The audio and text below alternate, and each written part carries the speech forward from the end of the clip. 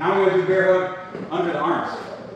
Now we're under the arms. He's got a nice tight bear hug. Nothing changes. Base. His head is on this side. Foot comes back.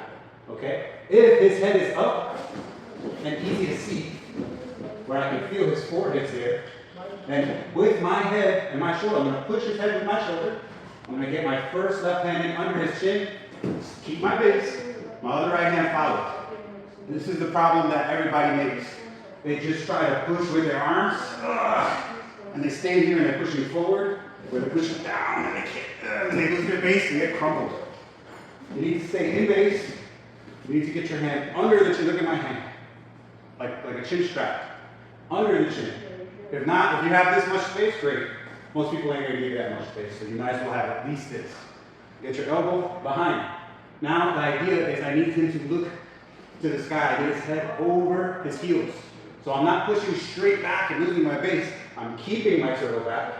I'm doing my turtle back while I push his head up to the sky for the break. Okay? So again, he's over, base, heads to the side. I can feel his forehead there. My shoulder, tiny detail, my shoulder helps to make the space for the chin strap. Obviously, if you're in a situation and you're a woman, you can eye poke and all that, but you don't want to make somebody who has the best of you super angry. Because if I come in here and eye poke him, he might just pick you up and slam me. Right? So he has the best of me at this moment. I don't want to increase his rage. I want to be safe. So when I create my base and I move to know that I'm safe, once I know I'm safe, my shoulder opens up, I get my hand in, and I push up towards the sky. Once that break happens, people are going to teach just this far. Well, now we're engaging. It's cool, I'm glad I broke, but I don't want to engage. So as soon as I feel the break happen, go ahead, and I got here, and I get my shoulder, and I move his chin, and I come up, and I feel the break happen, I'm going to capture this arm immediately. Okay, everybody, don't forget this. This is just like Jiu-Jitsu. If I'm on the ground and all I have is my legs, he can stand up. If I have his head in his arm, in the gi, not gi, if I have 2-on-1, he can't stand up. I'm controlling his posture, I'm controlling him, and keeping him engaged. This way he can't have the space to start squaring up and box with me, he doesn't have the space to run away, and now I'm in the position of control. So when I do my break, one more time, okay, I find my base, my back foot goes forward, I roll my shoulder, I get my hand under, I pop, I take an arm. Once I have the arm, look at my hand. My hand goes to his face, and I control the arm. Here's his arm. Once I feel that he feels like, okay, this is enough, I'm done. Or if you're a woman, put your hand up in front of your face, like right there. You see what's gonna happen, right? If you're a woman, again, with the hip, bam, okay? One, boom. Then, as a woman, here, arm break, okay? Hold it tight, right at the elbow. So it's one, break, okay? For a man, if you don't want to get in trouble, throw the knee, it's okay if you want to. Or, tuck his head, you see this little space in here? Just tuck his head in there. Wrap him up, okay? For the submission, okay? If you roll through, it'll be a little easier. Most people don't, but it still ends up in the same submission, okay? So, one more time. Over, nothing changes. Base. Head, foot, and base. He goes forward to push, I'm in base. He tries to pull, he goes left to right, I keep my base, okay? Once I feel I'm ready, my shoulder first. Hand, up to the sky, make sure I have his arm. But here's the first submission. He doesn't want to tap, he's going crazy. Head comes down, knee. Okay? Woman, break. Okay? Training, chill situation, roll him. Keep his arm, okay? Roll him. When you roll him, this arm wraps again right through. Pull his chin back, finish him right here. Or just hold him. Top him down. Okay? You got it? Want to do it to me? No one's going to be 100%. It's going to be 70%, 60%. You just want to make sure it works and you get out. That's why you train. But when you train the highest level you can of perfection so that if it ever happens to you, the least you have to do. So you'll probably have to use a little strength or something because any scenario. But you want to be able to do it without strength. That's the art of what we do. Jiu-Jitsu and Aikido are very similar. Where there's space, I should be able to fill it without having to lift something. Okay? Where there's an option for me to lay down and put my gravity because of where my position is to hold something in place.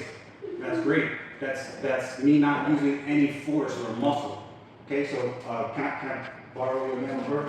So when a bird grabs me, I'm going to give you an example of doing, when you practice this with your partner or a friend at home, all of these grabs in any position, and all of your jiu-jitsu actually, I want you to start thinking in this form or fashion. So once I get grabbed, if I start thinking about strength and start wrestling with him, now it's wrestling. You understand that? Even if I do everything right, and I start wrestling, now we're wrestling. I'm putting strength into my game. Versus, I base and just let it be my body. Now you gotta deal with that. Now I just lean my body in towards me. You see that? I'm not wrestling. Same result. Same result. Third, I have space to move my head back. I don't want to roll my back in because I give him everything. I want my back to stay here. But I have the space to roll my head back, and I have the space. It's just a light shoulder tap. You give me the space that I need to put my hand in. Once I put my hand in here, I don't need to be pushing him away. I keep my back curved. So that when he pulls, it's not hurting me. My back is curved. My elbow comes in and sets itself right here in my chest. I don't have to push with my arms. Hold the side of the ball. Hold. Look at my back. Just my weight. Look at how close I am to what I need.